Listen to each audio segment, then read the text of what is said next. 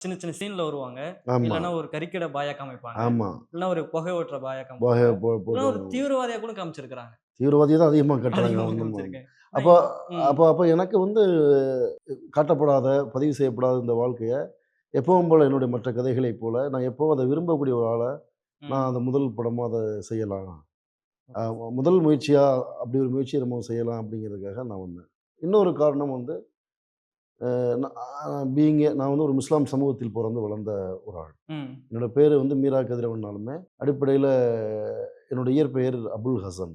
ம். நான் வந்து தென்காசி பக்கத்தில சொக்கம்பட்டி, அதாவது திரிகுடபுரம்ங்கிற ஒரு ஊர்ல, அ பொறந்த ஒரு தமிழ் இஸ்லாமிய குடும்பத்தில பொறந்தவர் நான். அப்புறம் ஏன் சார் மீரா கதிரவன்ற என்னோட அம்மாவுடைய பேர் மீரா ஓ! வந்து. கதிரவன் வந்து எனக்கு எங்க ஃபேமிலி அடிப்படையில திராவிடன் ஓகே. ஐடியாலஜி ஓ! உள்ள ஃபேமிலி. ஸோ தமிழ் மேல கொண்டிருக்கக்கூடிய பற்றுனால எங்க அப்பா ஒரு தலைமை ஆசிரியர் ஓ! அவரு. சூப்பர். ஸோ அதனால தலைமை ஆசிரியர்ங்கிறதுனாலயும், தமிழ் எனக்கு பிடிக்குங்கிறதுனாலயும் நான் வந்து ஒரு தமிழ் பெயரா இருக்கணும். ம், அப்படிங்கிறனால எங்க அம்மாவோட பேர இணைச்சுக்கிட்டு நான் மீரா கதிரவன்னு நான் ஒர்க் பண்ணேன். ம், இப்ப பீயிங் எ முஸ்லீமாவும் எனக்கு வந்து இன்னைக்கு இருக்கக்கூடிய பொலிட்டிக்கல் சினாரியோல இஸ்லாமியர்கள் வந்து ம். எப்படி நடத்தப்படுறாங்க, பார்க்கப்படுறாங்க அப்படிங்கிற விஷயம் எனக்கு ரொம்ப ஒரு கவலை கொள்ளக்கூடிய விஷயமா இருந்தது.